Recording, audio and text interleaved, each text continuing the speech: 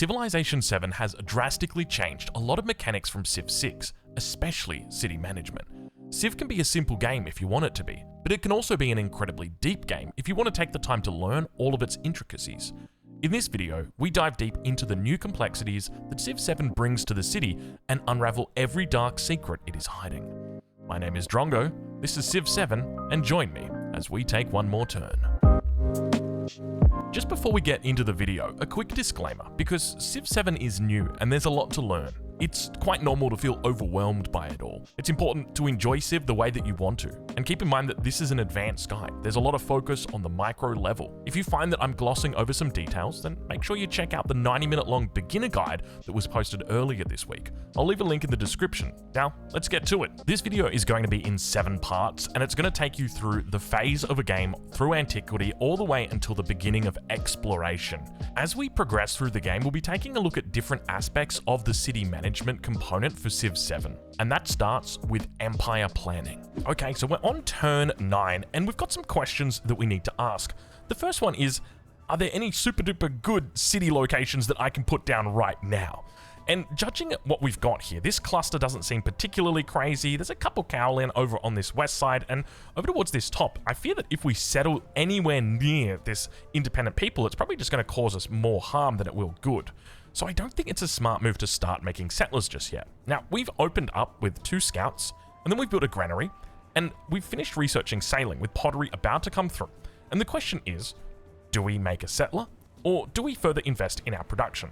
That's the early question that we're going to be looking at. And I think at this stage of the game, with no clear answer here, the fact that we don't see any really strong expansion, going into production is going to make the most sense here. So we'll throw down the key, we'll add our next citizen in. Where are we going to put the citizen? Probably over here next to the iron for the moment, and we'll move over to the next turn. Now, what would have been something that would have been worth expanding to right now?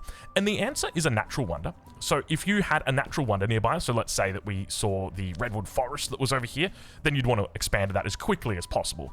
And that would mean as soon as you get to 5 population, because you can't do it before 5, it's only at 5 population, can you start making your first settler? Then we would begin doing that and look to expand in that direction as soon as possible. The other option, or the other position where you'd want to expand is if you've spotted a neighbor and you want to expand towards them very, very quickly because you're quite close. So as an example, if we've got a neighbor that's over here and they're currently hidden and we don't know exactly where they are, and all of a sudden we spot them, we can actually get a settler out immediately and then look to expand, because what we want to do is create what's called a blocker city. So it's a city that is going to fill in that position, so it will block them essentially. So we'll continue, and there we go. we found our first player for today. It's going to be Xerxes. So we'll take a look and see exactly where he is, because there's always the risk that we don't actually see his capital. Okay, look, so we've got to the north. Okay, so our blocker city is going to be somewhere in this region. This is actually not a bad spot to be putting down a town, but we've very quickly identified, so we're at turn 12 now. I think we started at turn 9, and now we're at turn 12, so we very quickly identified where our first city, or where our first settlement rather, is going to be going, and it's going to be going near him. Now, I'll give you a couple of tips when it comes to settling cities on people's borders or close to people's borders. Now, keep in mind, if we take a look at this position here, we're 1, 2, 3, 4, 5, 6, 7, 8, 9, 10, 11 tiles away from him, which means that if we settle a city, the minimum distance, so let's go with this tile right here, this is the minimum distance that we can settle it away, this is still pretty close to him, and it's going to make him angry. And because of that, especially when you're playing at the higher difficulties like Deity, any little amount of influence that you cause to drop can be drastic for the outcome of the game, especially when you're playing against somebody like Xerxes, who is known for his aggression. So if we take a look at already at our relationship, we've got a +20 on the first meet because we've given him that influence, but one of the things that would really make that bad is if we settled close to him and the borders were touching. So I would advise always look to settle at least 4 tiles away from the enemy. So that's the first, that's the second, that's the third. So I wouldn't settle here, I would say at least 4. Oh, so I guess technically that's at least 5. You would want to make it so that your borders cannot grow beyond these tiles here, because if they do touch his borders, that will also provide a negative modifier that's going to further reduce you. And one of the comments I often see on the videos is, how come the AI is never attacking you? And it's because managing the relationship with the AI is one of the most important things that you're doing in Civ 7.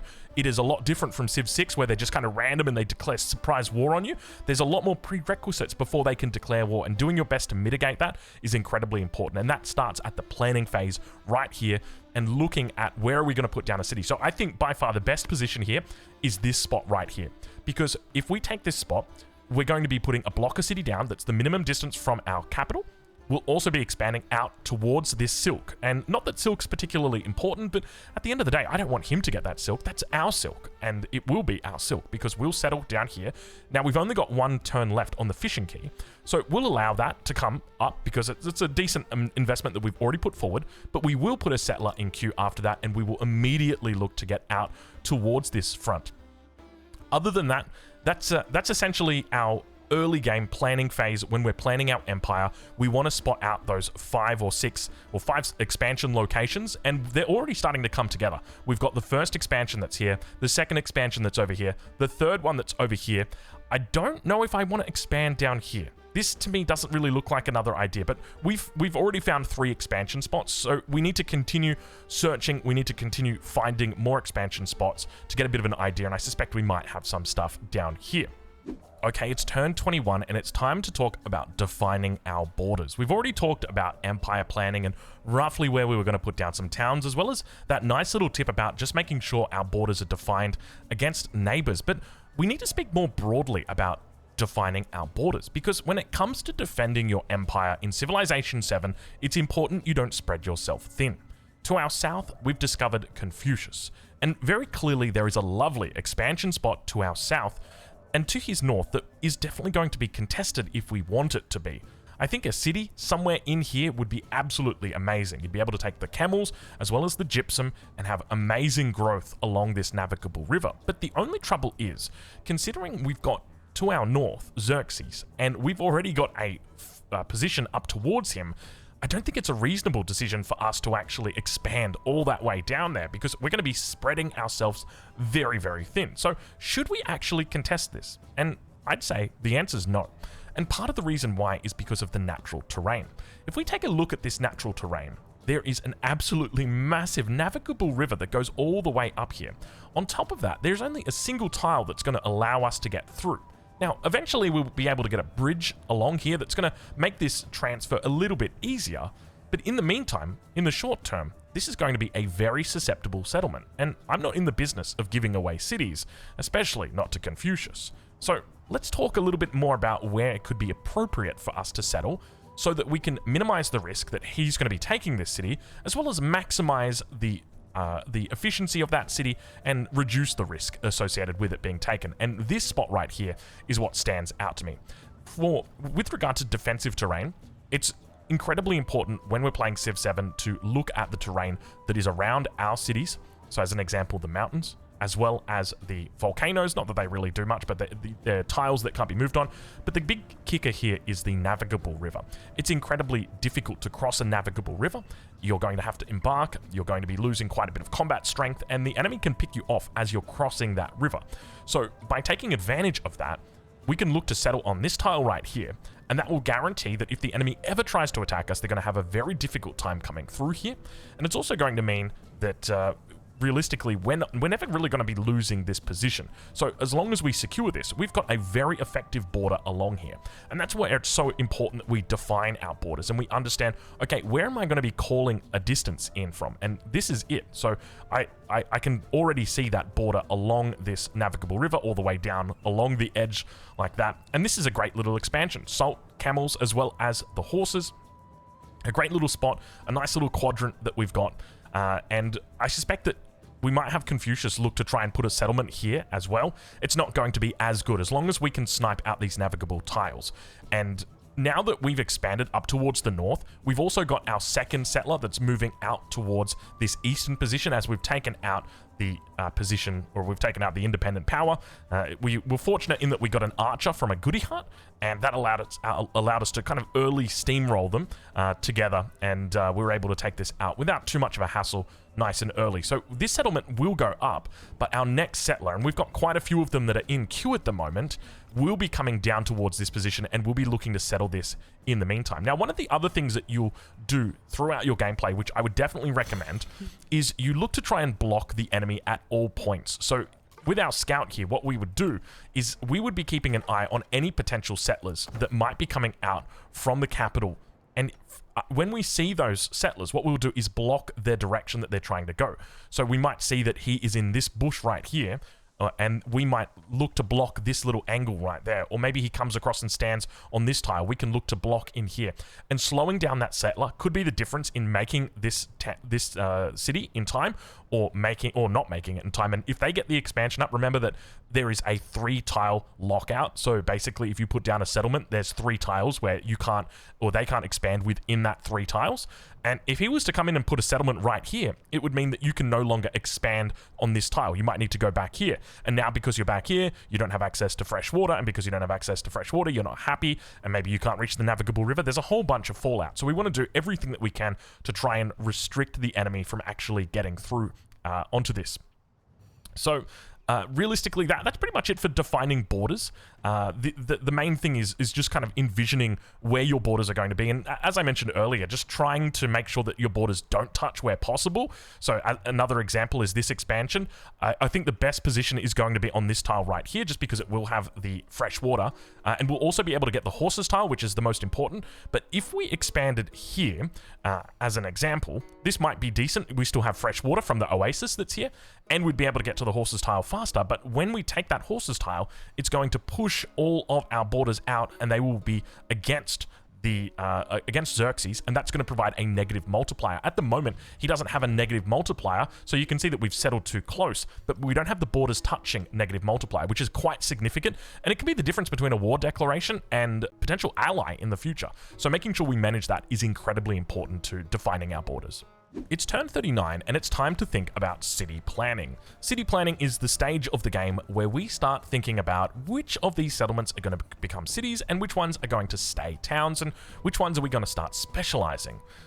The primary driver of a city versus a town is that a city should have a lot of production. So if we look at Chichen Itza, it doesn't have a whole lot of production. There's not a lot of production coming out of these tiles. We're mainly focused on the navigable river because that's going to be yielding us a lot more than just, one food and one production. If we were to compare that to Copan as an example, where we've got 2 hammers, another 2 hammers, another 2 hammers, there is absolutely plenty of production over in this town. And because of that, the candidacy for a city is a lot higher over for Copan than it would be for Chichen Itza. So Chichen Itza, though, would be a great town to specialize. Now, when we specialize a town or when we make a city, it's important that we follow a couple of rules. The first one is going to be from the Civilopedia itself. If we take a look at the towns and scroll all the way down to the bottom, they actually give a great tip that says, instead of converting all towns into cities, aim to keep at least a 1-to-1 town to city ratio. And this is a great tip. You want to have one town that's feeding into your city. The only thing is, and we'll touch on this a little bit later when we talk about roads, is you want to have the feeding town close to the city. That means if we want to turn this into a city, we need to have the town that's going to be feeding it close to that city. This, as an example, if we wanted to turn this into a city, we wouldn't be able to feed it with this town. It's too far away. The food would get intercepted by Copan or by Bach, and as a result, it never receives that food. It needs to be, think of it like a river. It needs to be a creek that's trickling into that river. And because of that, these are, I guess, the best way to think about it is you've got almost different rivers here, and if Khan is trickling into Copan, it can never get into Kalakmal. So that's normally the rule that I like to follow, is the 1-for-1 rule.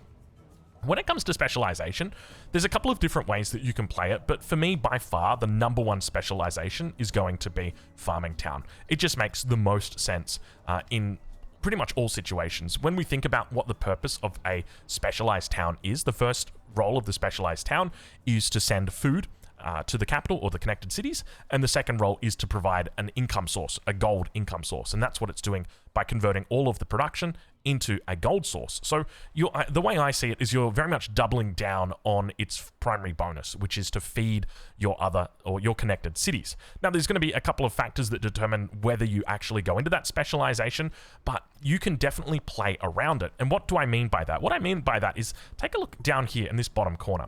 There is a absolutely beautiful town that could be placed, and it's not going to have a lot of land resources, but one of the things that it will have a lot of is water. And so what you can do is you can put down this town and start taking all of the tiles around it that are connected by water, and eventually you can get a fishing key, and that's going to further improve those tiles for you in that position. And eventually, you'll just be able to send that back to the connected city. In this case, we'll send it up to Bark. And we won't need a road connection for that because it will be connected by water. You can see that we've already got the trade ship out. It will be doing much of the same thing, and it will be able to come all the way around, and it will be able to feed Bark. And because of that, we can optimize our placement of our towns and our specialization by saying, I'm just going to plant on the coast, and I'm going to leave myself enough tiles to make sure that I've got a decent food income, and then I can use those to feed into my cities. So this is a huge component when it comes to city planning. It's about planning which ones are going to be cities, which ones are going to be towns. And if I had to pick 3 right now, I'd say Kopan is most likely to be our first city candidate. And the second city candidate, I don't really see a lot of production throughout here. I think Khan wouldn't be a terrible city candidate. There's some good production in here. But to be honest, Kalakmol is quite nice with its production as well. We can get these tiles up quite high because they're all vegetated. So I think this would be good. The only issue that this city is going to have is that there's no feed in for it, at least not yet. And if we wanted to feed into this town, it could be difficult. Or rather, if we want to feed into this city, it could be difficult. Where are we going to put a town to feed this? Like, you'd have to put one out here and feed it in, or you'd have to put one out here and feed it in, and that's difficult to defend. And we could technically put one down here because this spot is still open. But once again, a road, when it generates, it's going to generate to the closest town or closest settlement, and this is going to be a lot closer to Bark than it is to Kalakmal. So I think that this could be a bit of a trap. But anyway, let's move on to our next point. It's turn 50, and it's time for us to talk about city building. This is the process of constructing buildings on the most optimal tiles so that we can maximize the yields across our empire. But how do we actually go about doing it? Well, first we need to talk about the 4 different categories of buildings. The first type of building is the normal building. This is a building that doesn't have any bonus to anything. It is, however, some of these buildings have bonuses for tiles specifically. Let's talk about those. So the first one that you'll be familiar with is the granary. The granary doesn't get any adjacency bonuses. If you put it next to something, it's not going to improve the yield that it gives you. However, the more farms that you've got within your settlement, the more yields you will receive, because each farm that you've got will then receive a +1 for that. By the same token, the fishing key, which we've got right here, improves the yields on all of your fishing boats within your settlement. So this is another example of a normal type building. Other normal type buildings are things like the saw pit.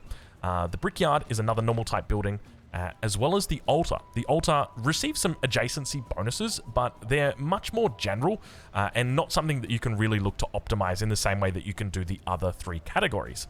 So the other 3 categories are food buildings and gold buildings. So these both have the exact same adjacency type.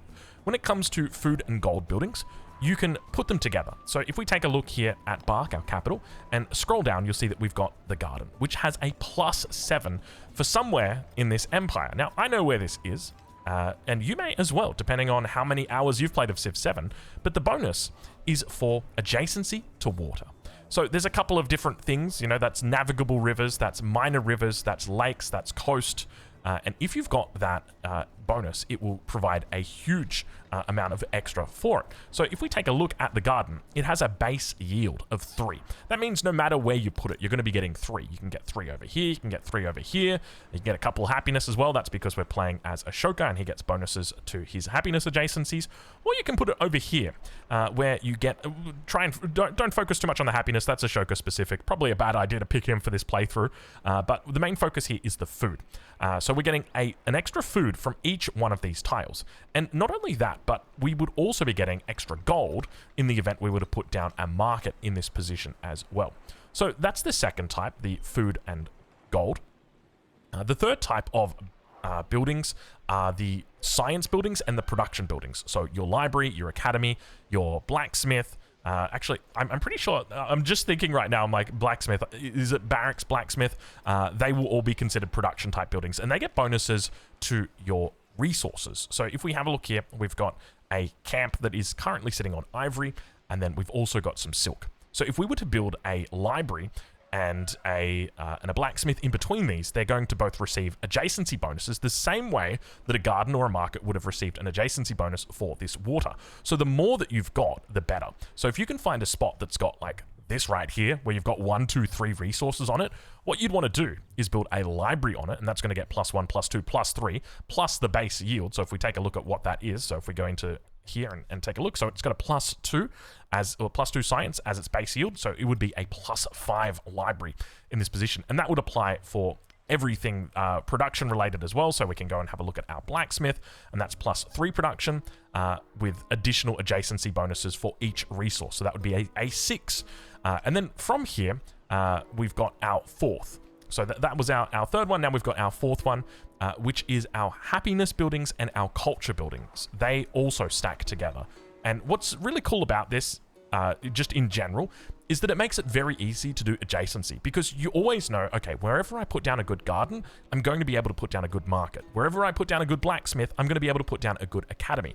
And often these things link up in the tech tree. If we take a look here at the tech tree right now, we'll see that we've got the market as well as the bath that both unlock at the exact same time. Now, the garden comes a little bit earlier, which is why we're able to build it now. And the bath is also, if I remember correctly, it must be placed on a river. So you can't actually build it with the market. But if we go a little bit further on, we've got the blacksmith that unlocks here at engineering. And then the very next technology after it, we've got the academy, which unlocks. So often you'll find yourself putting down a good blacksmith, and then it will be followed by a really good academy. But then the final point, or the final one that we'll talk about, though, as previously mentioned, the happiness buildings and the culture buildings, they stack up together, and their adjacency bonuses are based on natural wonders as well as mountains. So let's see if we can find a good spot. Here's a good spot right here for a monument. If you had a city that was somewhere in this region, maybe here, and you could put a monument right here, it's going to receive its base yield. So if we take a look at the monument's base yield, I think it's a +2 culture. So it will get +2 and then +3, 4, 5. So you'll have a 5 culture monument there. And that's the same for your happiness buildings. They'll also get that additional happiness for each of the adjacent mountains. And if I remember correctly, this is a double adjacency. Actually, we can once again, we can check. It's a double adjacency for natural wonders. Actually, maybe I take that back. It could be natural wonders that are mountains. So if you've got like Mount Kilimanjaro and you build it next to it, then technically it's a natural wonder, but it's also technically a mountain. So it will give you double the bonuses. At least that's what I remember it being. Okay, so we've talked about adjacency bonuses, and we've talked about the best way that you can optimize each of these different things. I mean, you're primarily looking for rivers when it comes to gold and food, you're looking for resources when it comes to production and science, and you're looking for mountains or natural wonders when it comes to your happiness and your culture. And this goes like this throughout the entirety of the game, and it means that once you get into the exploration age, it's relatively simple when it comes to overbuilding, which is something that we'll also talk about at the end of this video. It'll be towards the very end, actually. It's the last thing that we speak about. But let's talk a little bit more about our city building and about exactly where we're going to be putting cities, or where we're going to be putting our buildings, and the best way that we can be doing that. So just to start off with, your palace provides a adjacency bonus for all of the quarters that are around it. So when a building is built by itself, it becomes an urban district. So if we were just to take this arena as an example and just put it down here, that would become an urban district. It doesn't become a quarter until there is a second building in it. So here we've got a granary. If we were to build an arena on this granary, that's going to give us the quarter. That's going to complete the quarter. And all of your quarters that are adjacent to your palace, so that's your city center, and keep in mind that your palace is unique to your capital. I think this is the Founders Edition palace, that's why it looks all fancy, but as an example, over on this side you've got the city hall, and that's despite it being a town. I know, I've thought about it as well. I'm like, why are there city halls in my towns? They're not cities. Anyway, so they don't provide the adjacency bonus. It is only here, which gives you a real incentive to build quarters around the inner tiles of your city, of your capital city. So that's the first sort of general rule that we could look to try and do. Now, and keep in mind that through the ages, this adjacency bonus will get stronger. So it's +1 culture and +1 science in the age of antiquity. In the exploration age, it's +2 culture and +2 science. So one of the easy ways that you can do this is with a granary and a brickyard. And you take that granary and you put it down. Once again, ignore the happiness component of this. I don't know why I picked Ashoka to do this run through, but here we are. Probably the worst decision because it just makes it very confusing. But we've got, you know, what would normally be a 2 production tile here. Now keep in mind that this is not based on any of the other adjacency components. This is just a normal building. If we look at the brickyard, because it's a warehouse building, which is an ageless building. So a warehouse building means it provides that bonus to specific tile yields, and ageless means that it will last throughout the ages. You won't be able to replace it. But it provides an extra 1 culture, an extra 1 science. And it's the same if we were to do it over here.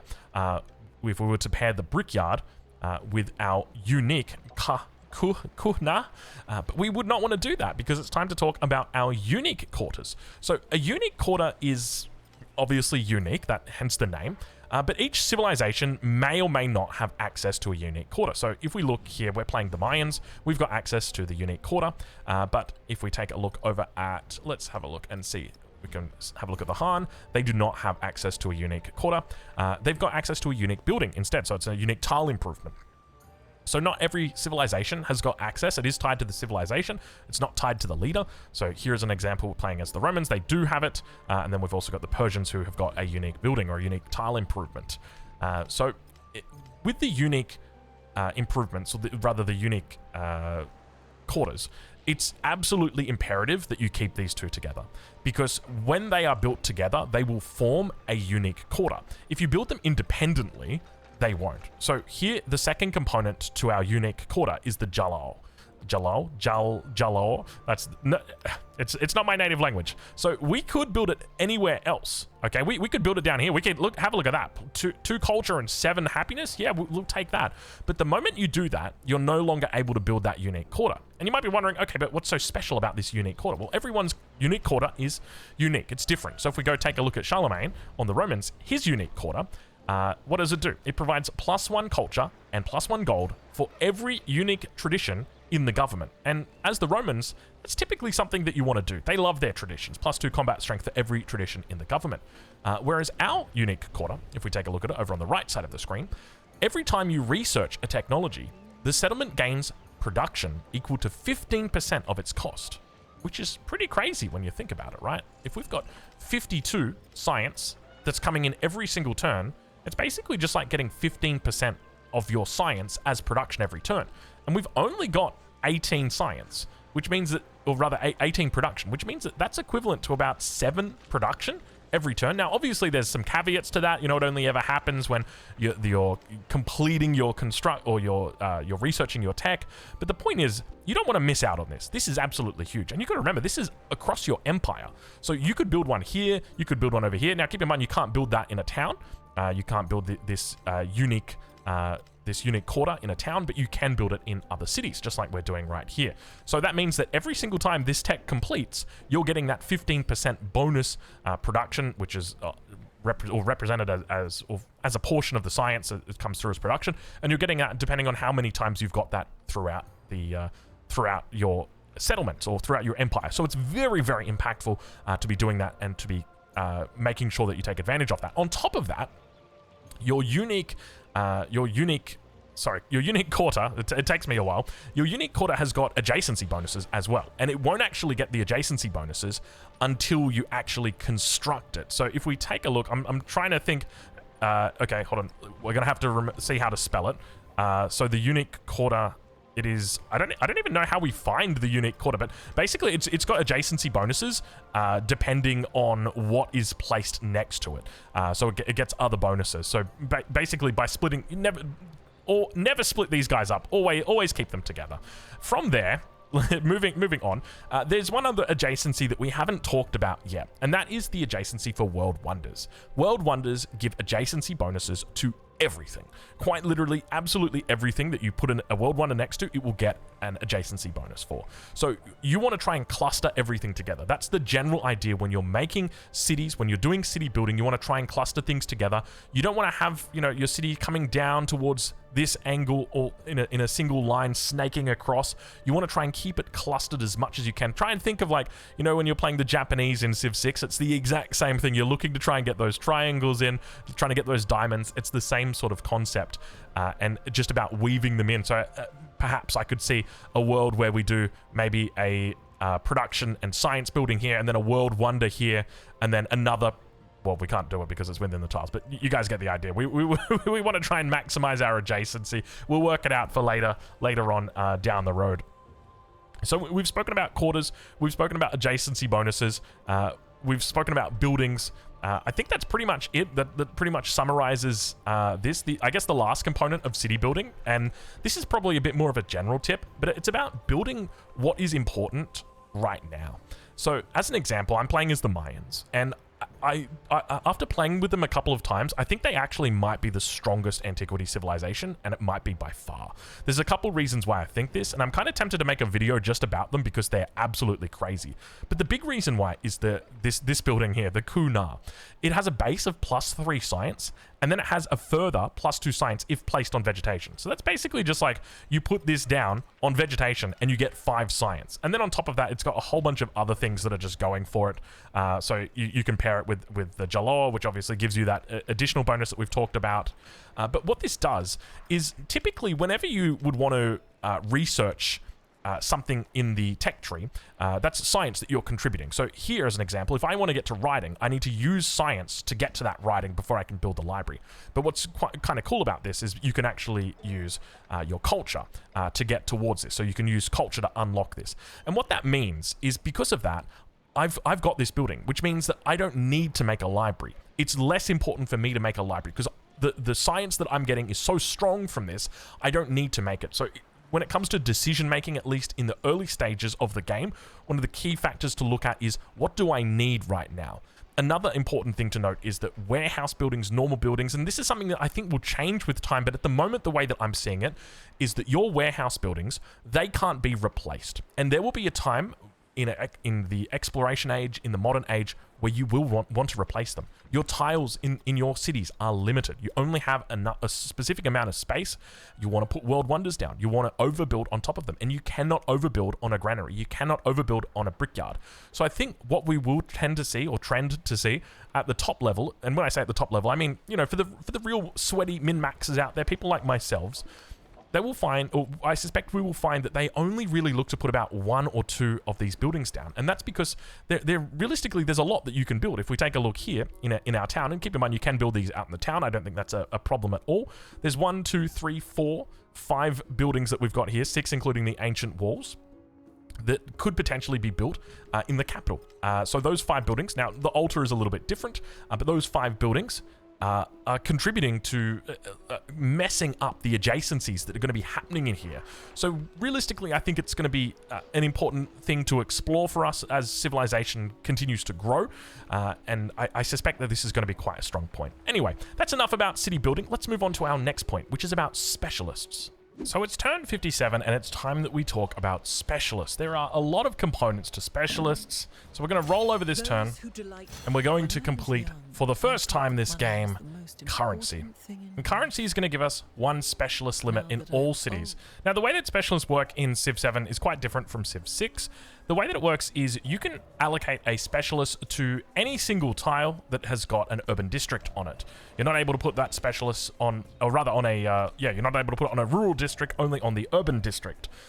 And what's particular about this is you can have 1 specialist on each of these tiles, and then that's it. It's locked out until you increase the specialist limit of the city. Now, there's a couple of ways that you can do that. If you want to go up to 2 specialists, up to even 3 specialists in the same city on those same tiles, you can do that. I'll show you how. First up, you'll need to go for a very specific wonder. There's only 1 of them in the game that you'll be able to grab, the Anchor Wat. So +1 specialist limit in this settlement. That'll allow you to put 2 on the same tile, and then the third one is going to be in your leader attributes. If we go over to our expansionist tree and scroll down, we have +1 specialist limit in all cities, but -1 settlement limit.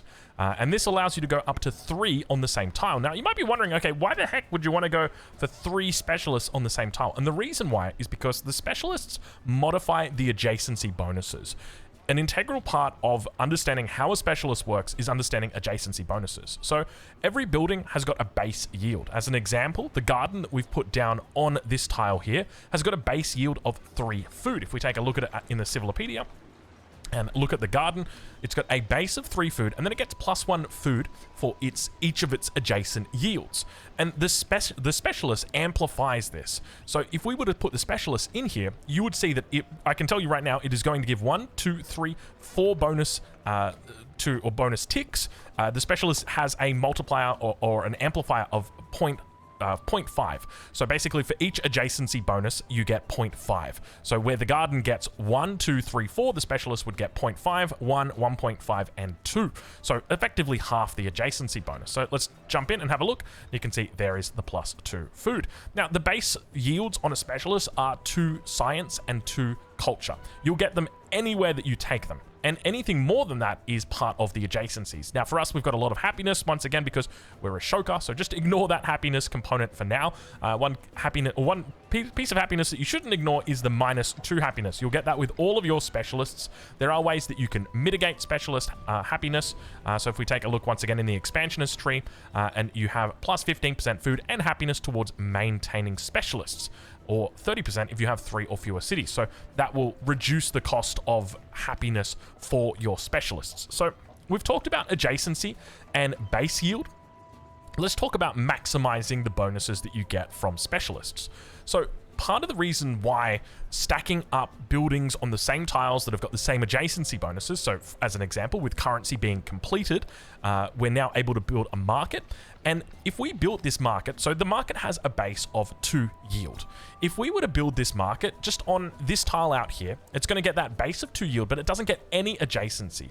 Now, we can put a specialist in there, but it's not going to give the same as if we were going to put that market into this tile, which gives that base 2 and then gives +1, 2, 3, 4. So it will give us 4 times 0.5 equals, so it gives half the adjacency, sorry. So it would be 2 that you'll be getting. So it's a significant difference between these two. And what makes this so special, so let's go ahead, we'll put the market down here. I'm just trying to think, do we have anything that we can like compare it to? You'll have to trust me on this one. I mean, I can show you if you want to have a look at the specialist. Does it say it in here? Yeah. So basically, you get 0.5 adjacency bonus. That's essentially it. So, and it's just multiplying the existing adjacency bonus that is there. It's not amplified through any buildings. It's just amplified through the actual bonus of the building or the adjacency bonus of itself. But as an example, let's take a look and put the market on this tile, and that's going to give us some very nice yields. And now when we put the specialist in there, you'll see just how beautiful that gets. 2 food, 2 science, 2 culture, 2 gold, and 4 happiness, which is 2 of that is going to be a component of Ashoka, if I remember correctly. So it's quite a bit of bonus that you get. So if you were to compare that to some of the other bonuses, so as an example like this one here, 2 science, 2 culture, and 1 happiness, there's a lot of difference between these two. So if you can stack up specialists on a single tile, all of a sudden it becomes a very attractive thing to do. Now, I will also provide a caveat, and this is very important that you hear this. There is currently a bug in the current version of the game. I know that the developers are aware of it, and they are looking to fix it. I don't know when it will be fixed, but when it rolls over... Hey, this is editing Drongo here. You can see I'm editing the video at the moment. We're going to be cutting this part of the video out because they literally just released a patch that fixed this issue. So you don't have to worry about the specialists anymore. We can go back to using them. Because it's a key component of the game. They're very fun to play with. You can get some crazy adjacency bonuses on them.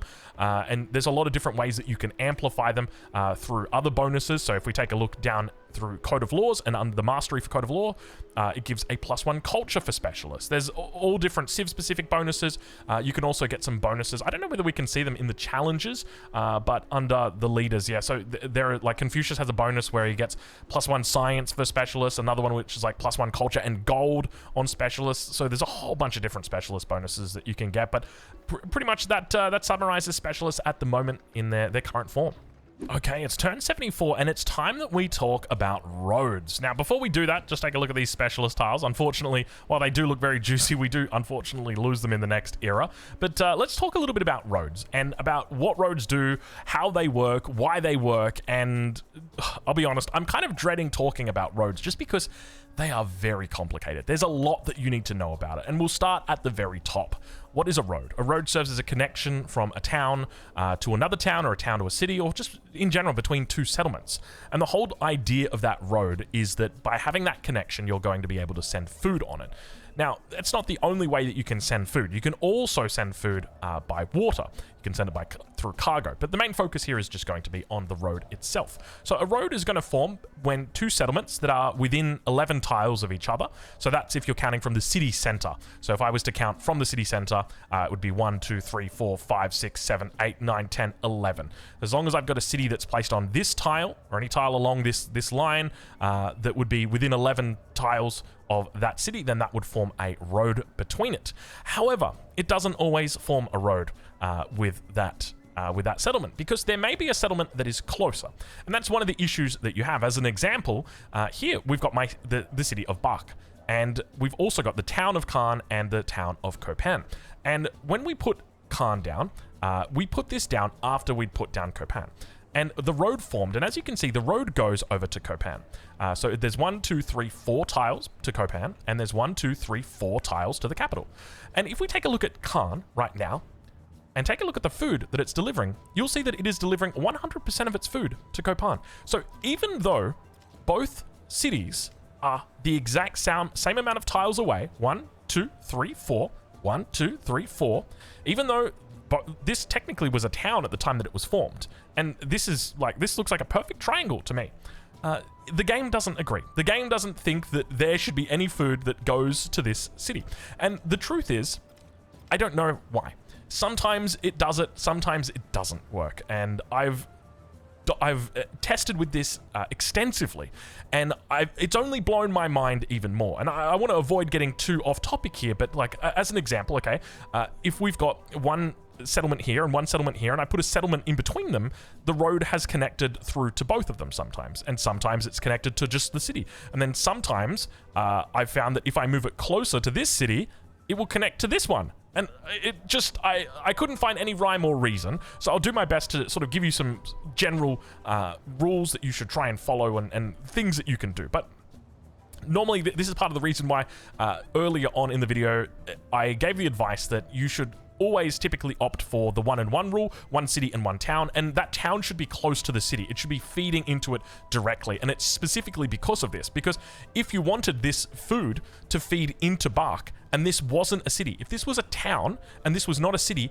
this food would be going nowhere. This food would not be going anywhere, because the connection to the city must be direct. It must be immediate. There cannot be any drop-offs. Now, sometimes you'll see that roads, so this road may have connected into the middle, and sometimes you just can't tell visually, but sometimes it will go and connect to this city with that road, and sometimes it won't connect to that city. So the best thing that you can do in this situation is, if you've got a town that you want to connect up to a city through a road, once you've put that road down, ideally, in most circumstances, you want to make it so that it is closer to the settlement that you want to connect it to. But then what you can do is, if your town is on a growing focus like this, and okay, I want to specialize, all you're going to do is change it over to your specialization. And then what you can do is check the town details. You might need to like go out of it and then come back in, check the town details, and then it will tell you the city that it is being sent to. And by the same token, you can then go to that city and look at the food that it is receiving. Now, I mentioned earlier about the fact that you might want to have this food sent to other cities. Now, that is possible. So as an example, this one here is 4 tiles away. So what we can do is we can take a merchant, which is a unit that will unlock for you. If we go into the tech tree for the civics, it will unlock a code of laws. So you'll get one for free, but you can also train these. You can also purchase them from your cities or from your towns. So here it takes 1 turn, but it's also going to cost 260 gold. And with this merchant, I can go and run it to the other leaders, or I can do a road to a settlement. And when I do this road, it's going to do a couple of things.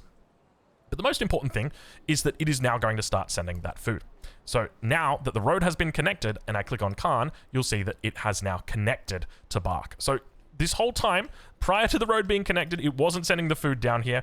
And it means that, look, if this was a town and this food wasn't being sent anywhere, because that's what will happen. If you do set the specialization to farming town, and it doesn't have a connected city, and when I say connected, I mean like quite literally connected. If it doesn't have that connection, it will not actually send that food into the city, even if there's like a city on the network, right? Like if Bark is down here and Kopan is like along the line, it won't do it. So as an example, if we look at Kalakmul, which right now is not receiving any food from anybody except for Kalakmul, and if we try and connect that. So if we go and get a road and we say, okay, what if we connect this road over to Bark, and maybe that will allow it to get the food from Khan? And the answer is no, it won't. You won't see any food there. And that's because Bark is going to be intercepting all of that food, and it's going to be eating all of that food for itself.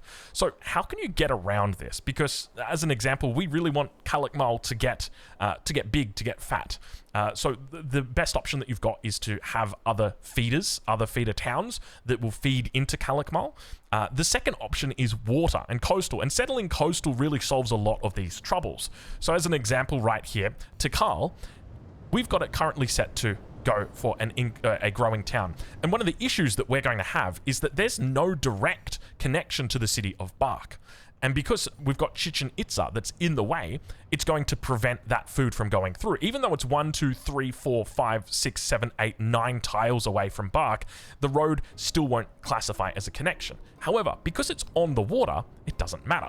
It does not matter whatsoever. We can just go and do the town focus, and you'll see that it will be happily sending to Bark. Oh gosh, don't do me like this. Don't do me like this. Hold on, have I got everything set up correctly? It should be. Oh gosh, I tell you what, I told you I didn't want to talk about roads. Oh, well. Give me a second here, folks. Why is it not sending? Oh gosh, this is hilarious. Okay, that's actually funny. It should be sending. I think it might just be bugged right now. I'm gonna try and reset it. Let's see if that worked. Bear with, I don't know why it's not sending. This should be sending. It's got an absolutely clear route to send it, so it is bugged. If we take a look here at Koba, Koba is growing. Okay, all right. This I'm starting. I'm not even kidding you. I'm starting to get a little bit flustered right now. So there's no connection, no direct connection to Koba.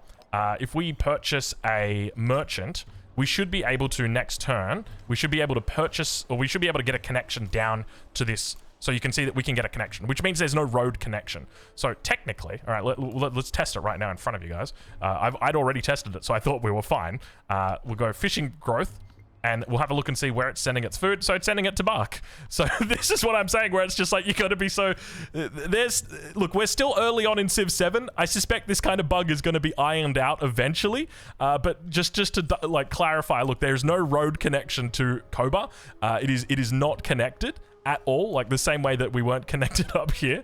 Oh gosh, this is quite funny. But you can see that it is definitely sending that in. And of course, you can do the road connection. It's not going to make a difference. It'll form the actual road here, but we're still sending over to Bark.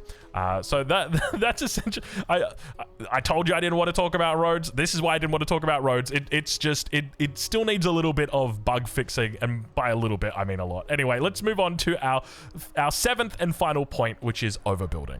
Okay, we're here on turn number 1 of the exploration era. We've just made it through the Age of Antiquity. We've chosen our new civilization. And now we're faced with this question. What the hell is overbuilding, and what should I do about it? So when you load in, you'll see that we still have the yields for our specialists. But as soon as you choose your legacies, these yields are going to go away. And the trouble is, if I was to show you, like, oh, if we were to talk about the Bazaar, which is like a market replacement in the Age of Exploration, it would show you all the bonuses there. Whereas once we spend our points, so we actually did all of the legacy paths in the last age. I'm not even going to spend any of them. Actually, I'm just thinking right now, for the purpose of overbuilding right now, let's just grab the Piety Civic for free. Just for the purpose of overbuilding. Okay, so we've now lost our specialists. As you can see, there's no culture, there's no science anymore on this tile. It used to be a crazy good yield, and now it's gone back to nothing. So let's talk about overbuilding. Let's talk about how it works, and about why it's actually a really fun mechanic. So for overbuilding, the most important thing is you don't overthink it. It's actually pretty straightforward. Whenever you move on to the age, to the next age, it's going to limit the yields on your tiles previously. So as an example, in the last era, we had a blacksmith and an academy that were on this tile, and they were getting absolutely crazy yields. but it brings it back. It dials it in, and all of a sudden, you're only limited to two of each yield, 2 production coming from the blacksmith and 2 science coming from the academy. Now, what's interesting to note is that this is per yield. So if you've got a building that provides multiple yields, as an example, a monument, which provides a yield to your culture as well as to your influence, then you'll see, as an example right here, it's still providing that culture the culture and influence, which means that these buildings are a little bit more important than the other ones. So our first golden rule is avoid overbuilding on buildings that give you influence. Influence is a hard to come by resource, so the more of it that we've got, the better. There will be buildings that lose the access to their influence. So, for example, in the last age, we had the altars that were giving influence. You will lose your pantheon when you come into the next age. So it means that your pantheon or your altar is no longer useful. It doesn't serve any purpose. So you can build over the top of it. Now, there are some buildings that you can build over the top of and some buildings that you cannot build over the top of. Any normal building, so any warehouse building, so granary, saw pit, brickyard, your fishing key, you're not going to be able to overbuild on top of. You're not going to be able to overbuild with. You're not going to be able to overbuild on the unique district either, but you will be able to overbuild on pretty much everything. Now, another thing to note is that the reason why I say don't overthink overbuilding is all the adjacencies are pretty much the same, right? Like in the last era, our food and our gold buildings went on the same tile because they both benefit from the same adjacency bonuses. So when it comes to this era and I want to put down a gold building, where am I going to put it? I'm just going to put it on the gold tile because that's it. And it's going to replace it, and I'm not going to have to think about it. And you might be wondering, okay, but what if I've got a better yield? What if there's a better yield somewhere else? Is it worth? Well, it could be. But there's another thing to consider. Remember that every building that you've got has got maintenance fees on it. You pay a happiness fee for some, you pay a gold fee for others, and you can check that in the building breakdown here. So if we just scroll down slowly, we'll see that the bath, as an example, has a 2 gold and 2 happiness maintenance fee. This was the same in the Antiquity Age, and it's the same right now. So if anything, this bath that was previously giving like a +7 food bonus, and it's now only giving a +2 food bonus, I want to get rid of it. I don't want this bath being here. This is a bad investment. This is a bad deal. I want this out of here. So I'm incentivized to get that bath out of here. Now, of course, it's still providing a bonus. So it means that maybe if I've got an empty tile somewhere and I determine that that bonus is worth keeping, that I keep it. But overbuilding is something that you should be actively looking to do. And it's something that you should find quite simple once you understand the adjacencies, because remember that throughout each of the ages, the adjacencies will be the same. Your monuments, your amphitheaters are always going to, throughout, or I should say rather, your happiness buildings, your culture buildings will always have an adjacency bonus to mountains. So you're always going to want to have them near those mountains, irrespective of the era. And your food, your gold buildings are always going to have that river bonus. Your production, your science buildings will always have a bonus towards your resources. Now, resources is the next point that we want to talk about here for adjacencies, because this is quite an interesting one. So as you go through the ages, different resources become available, but you also lose different resources. So as an example, in the last age, if you go back and have a look, we had a tile here that was a wool tile, a whole bunch of sheep, and it's no longer here. And that's because in the exploration age, wool's not so important. We're all heading to the Mediterranean. Well, not the Mediterranean. We're all heading to the British Virgin Isles to go and do some exploration. We don't need wool anymore. At least that's the way I think about it. Further to that, we don't need salt anymore. I had some salt down here. I no longer have salt. It makes me a little bit salty. I guess it makes me less salty now. So we're missing that as well. Further, though, while you might be missing things, and there's more things that we're missing, as an example, we're also missing another tile here, but you will gain things. So what have we gained? Well, we've gained whales. That's something that we've gained. We've also gained over here niter, and that is going to mean that our adjacency bonus from the last age, which was only a +1, +2 together, now becomes a +3. So all of a sudden, this adjacency is looking a little bit sweeter. But it does mean you might have to think a little bit outside the box, especially for your production buildings, especially for your science buildings, and be thinking, okay, well, can I really put these in the same place? Do I want to overbuild on them? Further to that, we talked about how you might want to be keeping influence buildings around a little bit longer, or buildings that provide multiple yields, because they do cap out at 2, but you can provide, like, if you have a building that provides every single yield, but it only provides 2 of it, it's not going to lose anything. But there are yields that are more important than other yields. So I would argue the most important yields are production and science. I think that those 2 yields are probably the strongest yields. You could make a pretty good argument that food and culture are also pretty strong, and maybe you could make the argument, I mean, to be honest, they're all strong. But I'd be more hesitant to replace a production building than I would be to replace a happiness building. Let's put it that way. And because of that, there should be some priority as to how it goes. If you're thinking about, okay, which one should I get rid of? Should it be the happiness building or should it be the production building? It should normally be the happiness building. It should be, but at the end of the day, it's more so about the yields that you're going to be generating and less so about what you're going to be replacing. Because at the end of the day, if we look at the yields that we're pulling in from this, like +9 gold, that's absolutely ludicrous. So we want to be getting in there as quickly as we can. Want to be making sure that we take advantage of that. Other than that, I have read up online quite a bit about overbuilding. I read a Reddit thread, and it was an incredibly helpful Reddit thread, so shout out to that. But there was a post in there about from one person. It was heavily upvoted, and they did also say that there are quests that are related to overbuilding that can happen. Now, I couldn't get this to work, but I thought I would just pass it along because it's something that it seems pretty cool, right? So basically, apparently, there's a quest that can happen when you build a temple over the top of an altar. So here we've got a granary and an altar, and a granary is an ageless building. You can't overbuild it, but you can overbuild the altar. So it means that if we purchase this temple and put it down, then all of a sudden that temple has replaced the altar. And you can see that we do have some quests. Anyway, I played through about 20 turns ahead to see if this quest actually comes out, and I never got a quest for it. So I don't know, maybe he's telling a porky, maybe he's not, maybe he's telling the truth and I just couldn't get it to work, or maybe it's bugged. Who knows? To be honest, I'm probably leaning a little bit more to that one after the whole road incident. But that's essentially it.